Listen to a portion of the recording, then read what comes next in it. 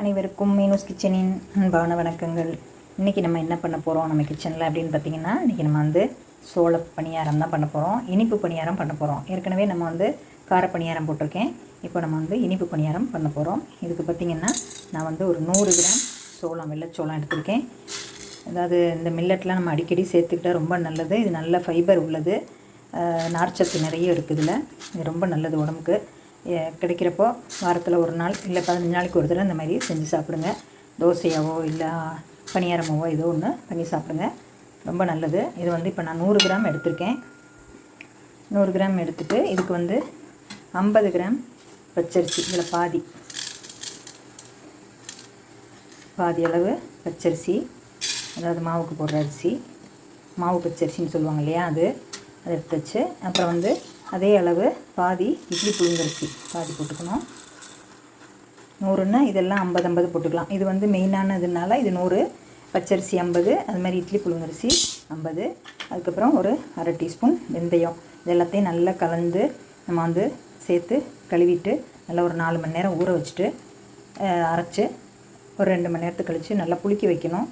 இப்போ நான் வந்து இந்த மாதிரி கலந்து அரைச்சி வச்சுருக்கேன். இப்போ அந்த மாவை பார்க்கலாம். பாருங்கள், இது எல்லாமே இந்த அளவுப்படி நம்ம ஆட்டி இந்தமாரி நல்லா கெட்டியாக, ஏன்னா நம்ம பாகு வெல்லம் ஊற்றுறதுனால நான் வந்து கெட்டியாக அரைச்சி எடுத்து வச்சுருக்கேன். நல்லா பொங்கி இருந்துருச்சு பாருங்கள், நல்லா நுரைச்சிருக்கு அடியிலெல்லாம்.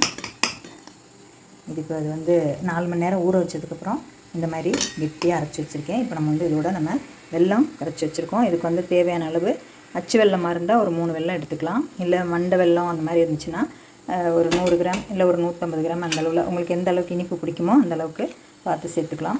இப்போ நம்ம அச்சு வெல்லம் தான் எடுத்து 3 வெல்லம் எடுத்து இந்த மாதிரி நல்லா உருக வச்சு எடுத்து வச்சுருக்கேன். இப்போ இது நம்ம இதில் கலக்க போகிறதுனால வந்து கெட்டியாக இருக்குது.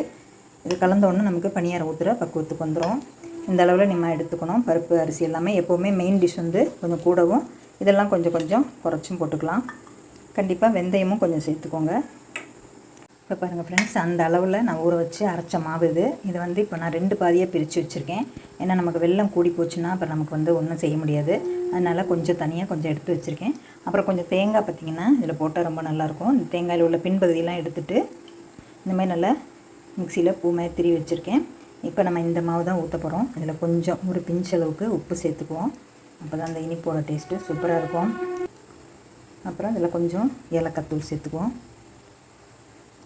அது கூட நம்ம கொஞ்சம் தேங்காய் இதில் சேர்த்துக்கலாம். சேர்த்துட்டு நம்ம வந்து நான் அந்த வெல்லம் வந்து கரைச்சி வச்சுருக்கேன். நீங்கள் வெல்லம் உங்கள் இனிப்புக்கு தகுந்த அளவு பார்த்து சேர்த்துக்கோங்க. நான் 3 அச்சு, சின்ன அச்சாக இருந்துச்சு, அதனால் 3 அச்சு சேர்த்துருக்கேன். நீங்கள் பார்த்து கூடவே கொஞ்சம் கரைச்சி வச்சிட்டிங்கன்னா அப்புறம் நமக்கு வேணுங்கிற அளவு ஊற்றிக்கலாம். இப்போ இந்த பாகு வந்து இதுக்கு தான் மாவு வந்து கெட்டியாக அரைச்சி வச்சுருக்கேன்.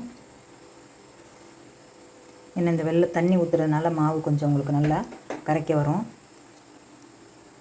இதை இப்போ நல்லா கரைச்சிக்கலாம். இப்போ பாருங்கள் ஃப்ரெண்ட்ஸ், நம்மளோட மாவு வந்து இந்த அளவுக்கு தண்ணி இருந்தால் தான் நமக்கு ஊற்றுறதுக்கு சரியாக இருக்கும். அதாவது தோசை பார்த்தா அந்த அளவுக்கு வச்சுக்கணும். அதுக்காக தான் நான் ரொம்ப கெட்டியாக அப்படி இந்த மாதிரி அரைச்சி வச்சுருந்தேன். ஏன்னா நம்ம பாகு சேர்க்குறதுனால வெல்லம் கரைசல் சேர்க்கும்போது ரொம்ப தண்ணியாகிடக்கூடாதுல்ல, அதுக்காக தான் தண்ணி ஊற்றாமல் கெட்டியாக அரைச்சேன். கொஞ்சமாக நீங்கள் போட்டு இந்த மாதிரி அரைச்சி செஞ்சு பாருங்கள்.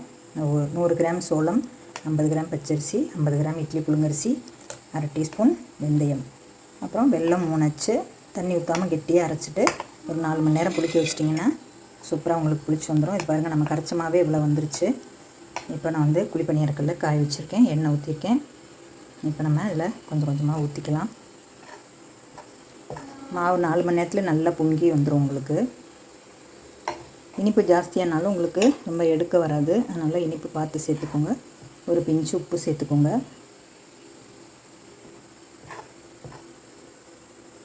இதை ஊற்றிட்டு நல்லா ஒரு மூடி போட்டு மூடி வச்சுட்டு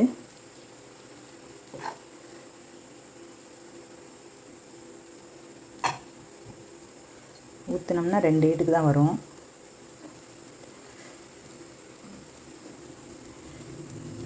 நெய் வேணாலும் உங்களுக்கு நெய் பிடிக்குமானா நெய் சேர்த்துக்கோங்க. ஒரு மூடி போட்டு இப்படி மூடி வச்சிடலாம். இப்போ பாருங்கள், நம்மளோட பணியாரம் வந்து எப்படி சூப்பராக நல்ல மேலே எழுந்து வந்துருச்சு பாருங்கள். இந்த மாதிரி நல்லா பொங்கி இருந்தால் தான் இந்த மாதிரி உங்களுக்கு வரும். தேங்காயெல்லாம் போடும்போது நல்லா சாஃப்டாக இருக்கும் உங்களுக்கு.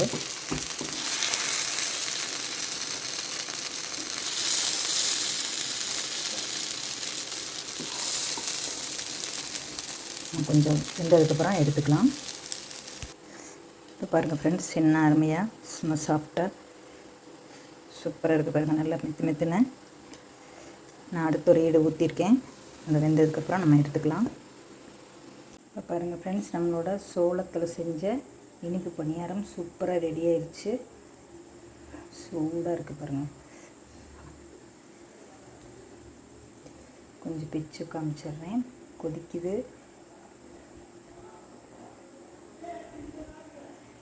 சூடாக இருக்குது. நல்ல மாவு இல்லாமல் அந்த தேங்காய் போட்டது அப்படி தேங்காய் வாக்கி கடிவிடும்போது ரொம்ப சூப்பராக இருக்கும். இந்த மாதிரி ஆட்டி செஞ்சு பாருங்கள். நல்லா உள்ளெல்லாம் நல்லா சாஃப்டாக இருக்குது பாருங்கள்.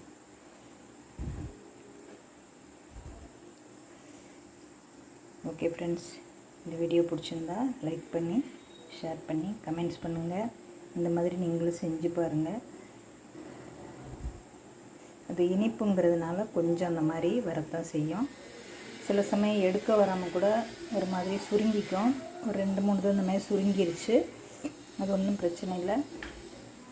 கொஞ்சம் எண்ணெய் நல்லா நெய்யோ எண்ணெயோ தாராளமாக ஊற்றுனீங்கன்னா சூப்பராக எடுக்க வரும்.